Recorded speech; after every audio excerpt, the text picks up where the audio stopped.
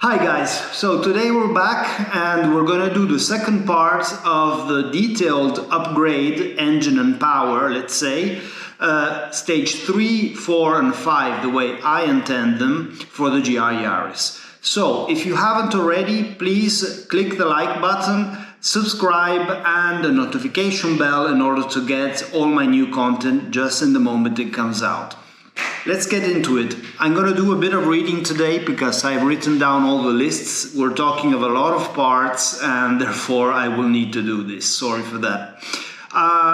Let's say, how did I come to divide the performance tuning of the GR Yaris, let alone the first two stages that are quite linear?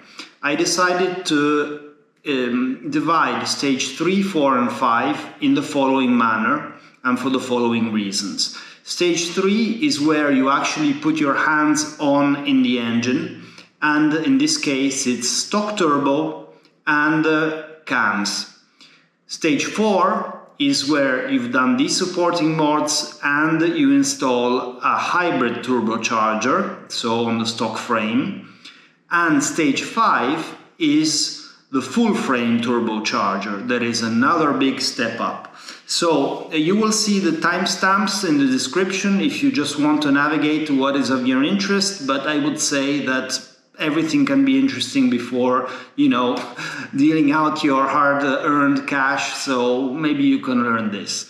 And another thing, all the suggestions I give you are down in the description, detailed, and I've had a lot of requests saying, AJ, so they've told me I can get to this or the other power level without modifying my pistons or putting in forged Conrods and all that. So listen, yes, it can work, but you don't know until when it will work. So what I'm giving you is a carefree possibility of applying a list of specific parts that will work. But you have to do this in conjunction with your tuner, and not always all tuners tell you the full story. So here you've got a good baseline, and I assure you that what I give you is safe. And this is what you want. You don't want to blow up your engine because that's going to be very expensive. And I've seen quite a few even near to me. So let's get right into it. Stage 3. So 350 horsepower, more or less conservative. We have stock turbo, 70mm exhaust line, just like in stage 2, so it's an easy swap. Kelford Cams, here I advise, as Kelford told me, to use the EZP cam with their springs and retainers. This profile will work very well also on stock ECU with no problems.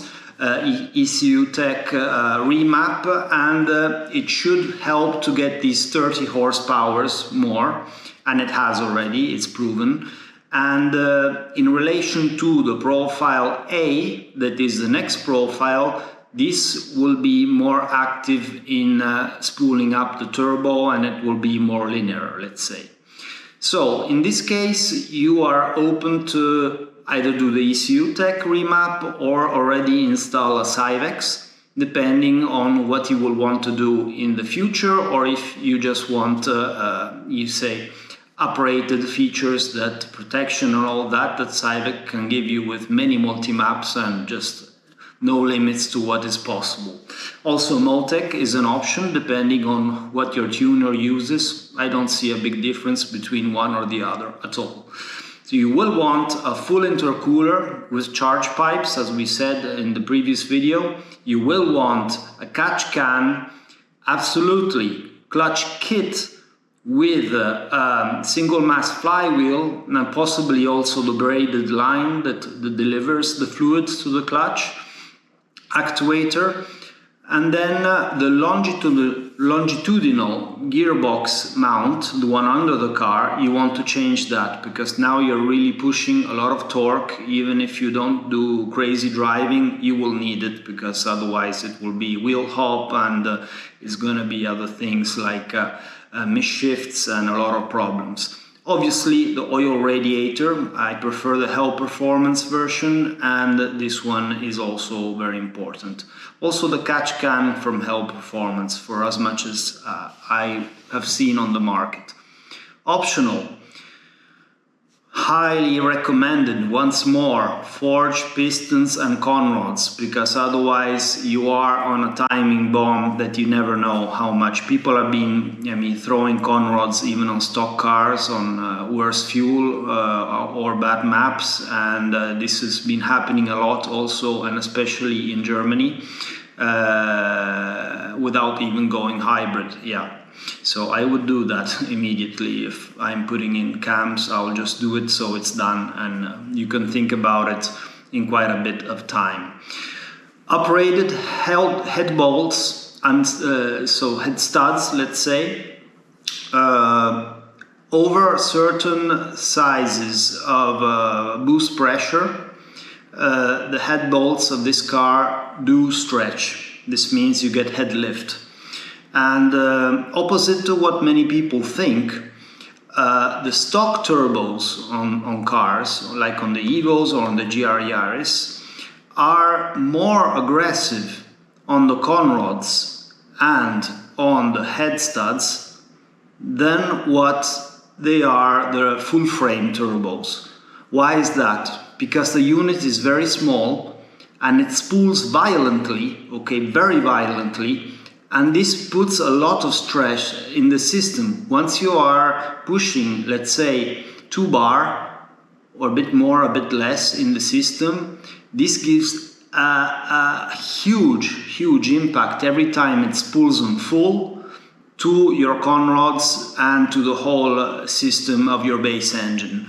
So I would really, either map it a bit more gradual in the way it spools, or really think of forging the engine and putting the head bolts or head studs, as you wish to think about them.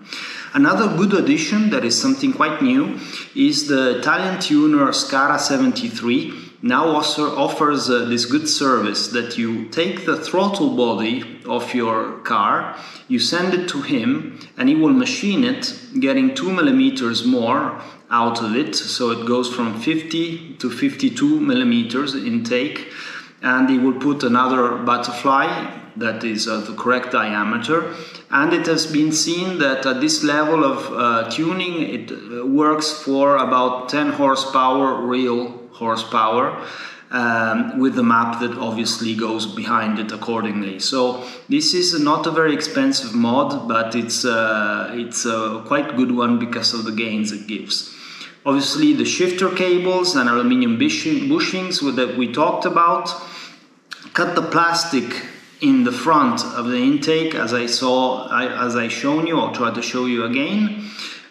Heat wrap, insulate your up pipe from intercooler to throttle body.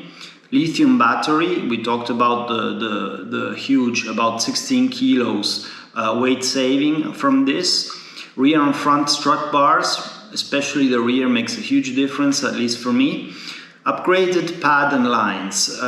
You want to brake better. If you put more power, you obviously need to put more brake. The stock brakes are great, but to a certain extent. So if you're using the stock rotors, swap them, because in this way they cool much better because of the directional vanes, and put some better brake pads. At the moment, at this level, I would say EBC RP1 or Ferrodo DS 2500. And increase brake cooling. Import Racing has made, I think, what is for sure the best brake cooling kit out there. Is going to be available in 2 weeks. It's not yet available, but very soon. Pre-orders are open. And basically it's a scoop like on the Porsche GT3s that goes to install on the lower control arm in the front, and this scoops the air up. Because there are other solutions that I respect totally, that are good, but given the fact that the packaging is very narrow, the air gets compressed so much that it loses strength, it loses force from the original ducts ducting the air around through these 3D printed units. So they can be an addition, I would install both, for example, on my car, but the real cooling solution is what Import Racing has done now, and this will fix it for you even on the track. Because it's not only about how much temperature, you know, your pads can withstand, it's about how much you cool them, because I mean, nothing is infinite. Okay, stage 4, hybrid turbo. So I am personally not a fan of hybrid turbos because I've seen so many fail in the years. Yes, they make more power. Yes, the power curves look quite good, and they may be an improvement on the high RPM range against the stock one, but I'm not so sure. But still, it is a cost-effective manner of achieving more horsepower. So here I would be saying the average number would be 400. So we're getting a real-world increase of about 50 brake horsepower, or 40 or 50 over the stage 3. So at this point, you absolutely need to forge your engine, and this is now not an option, but it's mandatory. Anybody that tells you different, he's wrong and he's gambling with your wallet. Remember this, because if you break it, you pay it. Obviously, the upgraded head bolts and gasket, and I would also say at this stage upgraded exhaust valves with sodium. Even the stock ones have sodium in them, but the upgraded valves come also with an upgraded diameter. This means machining your head and exhaust valve seats, but as this is something that has been already done by Toyota itself on the Corolla and on, therefore, the new GR Yaris that share the engine, I would do it. I would do it because they're doing it with 100 horsepower less, and this just helps to have less back pressure and have less friction, and it will just be a go-to mod. Once again, you can make the car run without it. Probably it will run for a long time, but it eventually will fail, and the weakest point is where it will start failing from. So once again, having 50 horsepower more or less will not change your life. It will be very fun. If you do it, you know you have to invest in the parts, and you have to, you know, do the work behind it, because every corner you cut is gonna cost you. Exhaust. Now, here is the stage where you want a 3-inch 76mm exhaust. Here you no longer want the 70mm because that would be restrictive for the system, and you want the 76. So this is you know, the easiest measurement you can get out there on the market. So just full 76 exhaust.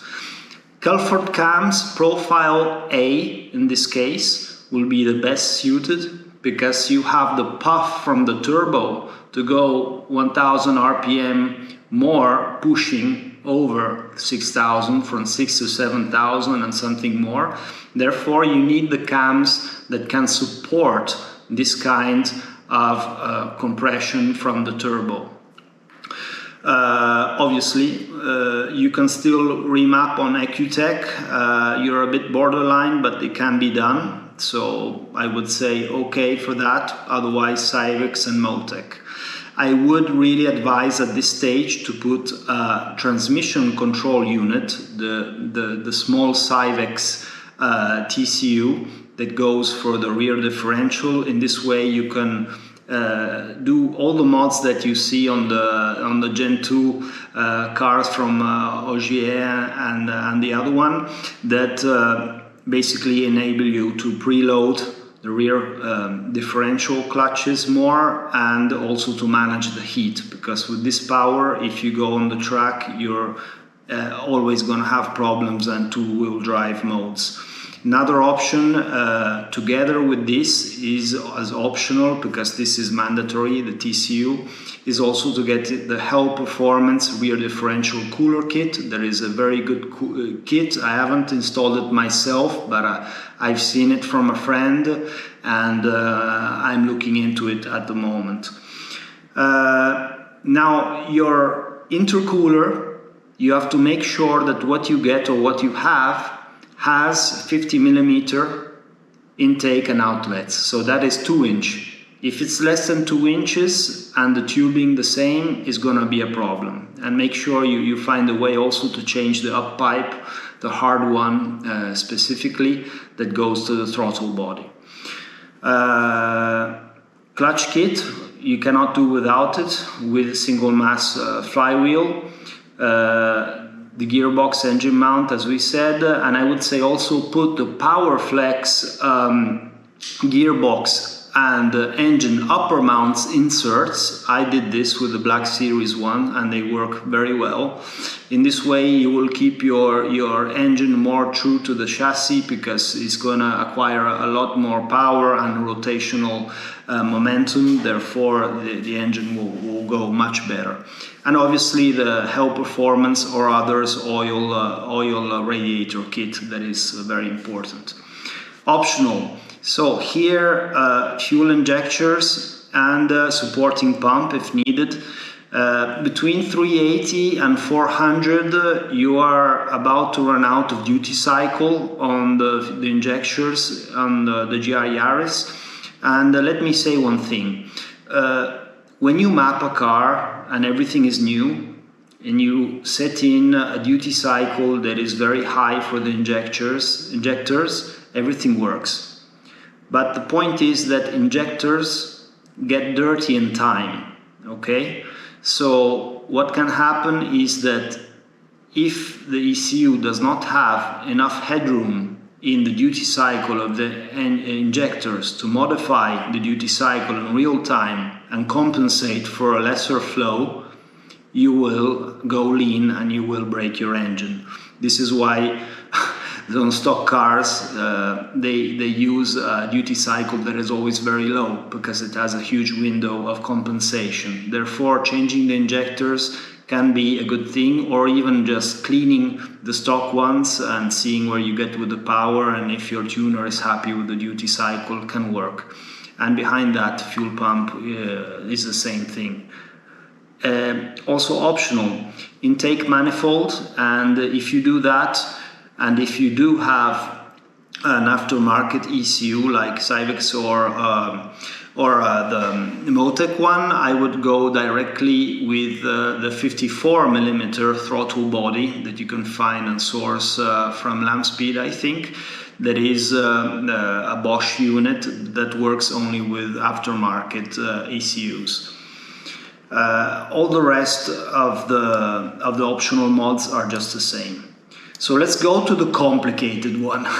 Stage 5, full frame turbo kit. So here is something exceptional. Here we're talking of making big power. And I will put the window for you all the way from 350 to 600 horsepower, real horsepower, depending on what you want to achieve, because even if you put a small turbo and you make 350, 380 horsepower, if you choose your components wisely, you're going to have a much broader power window and a much more reliable system.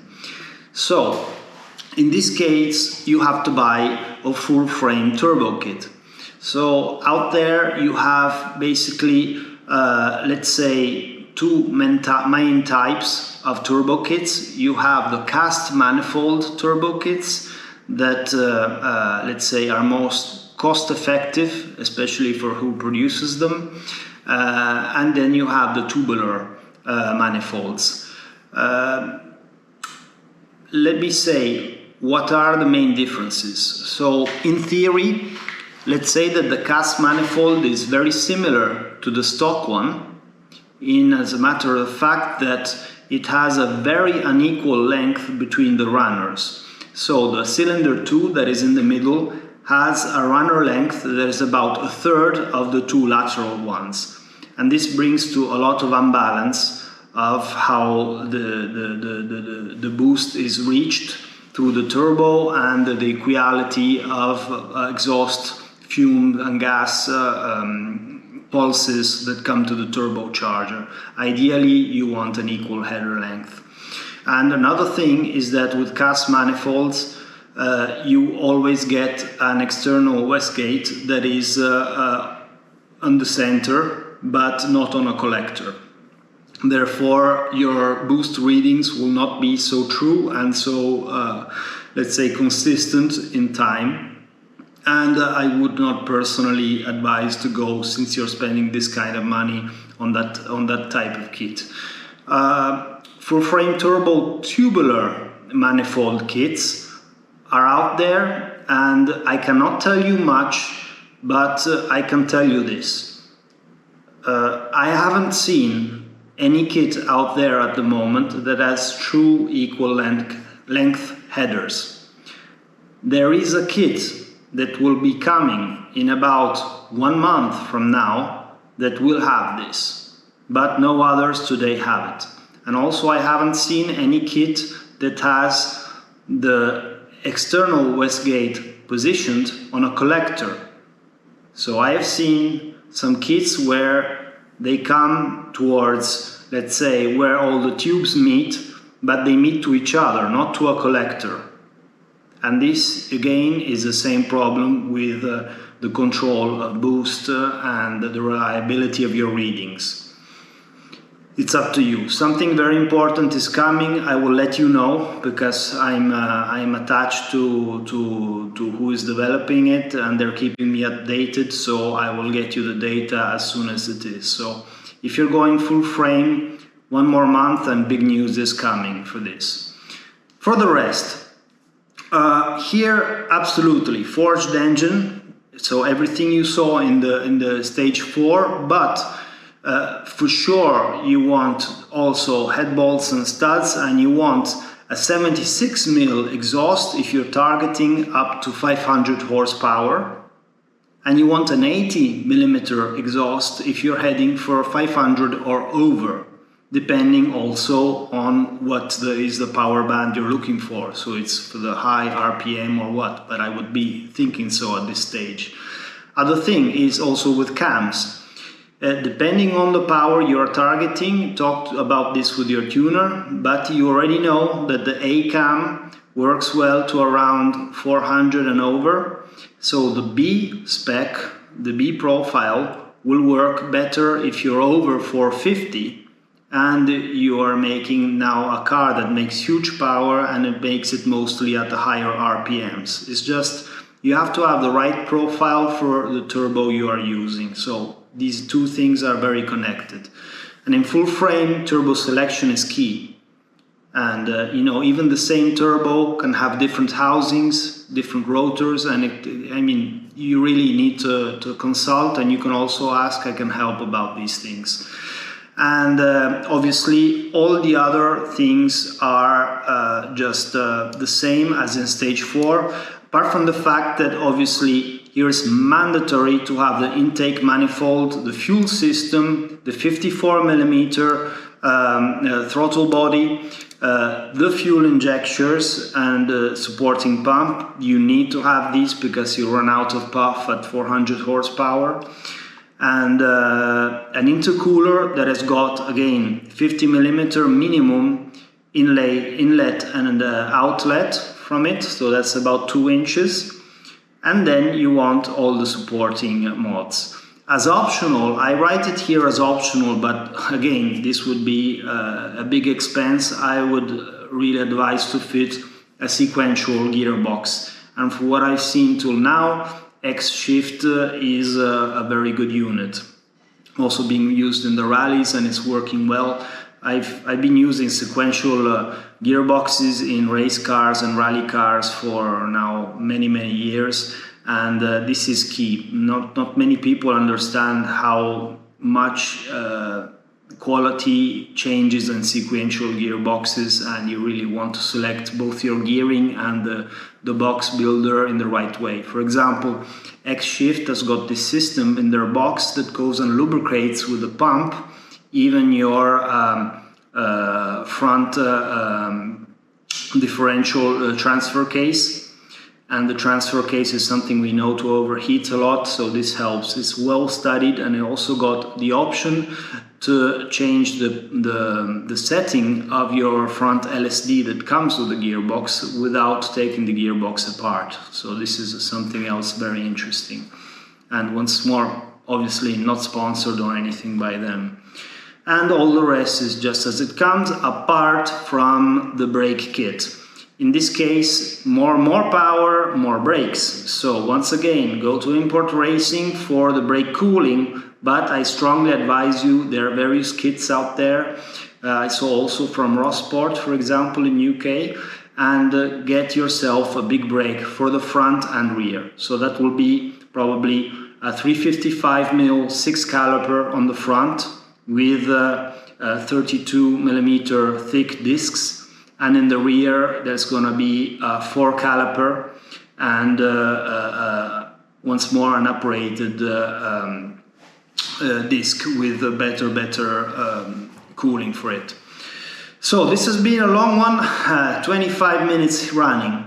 I hope that you will find all the information in the description. Please comment and write me an email if you want more information about this, because the topic is so vast, it's difficult to squeeze it all in a video. And I'll see you in the next days, because very good news is coming with huge things. So hang on and get some fun with this information and let me know what you think about it. Ciao!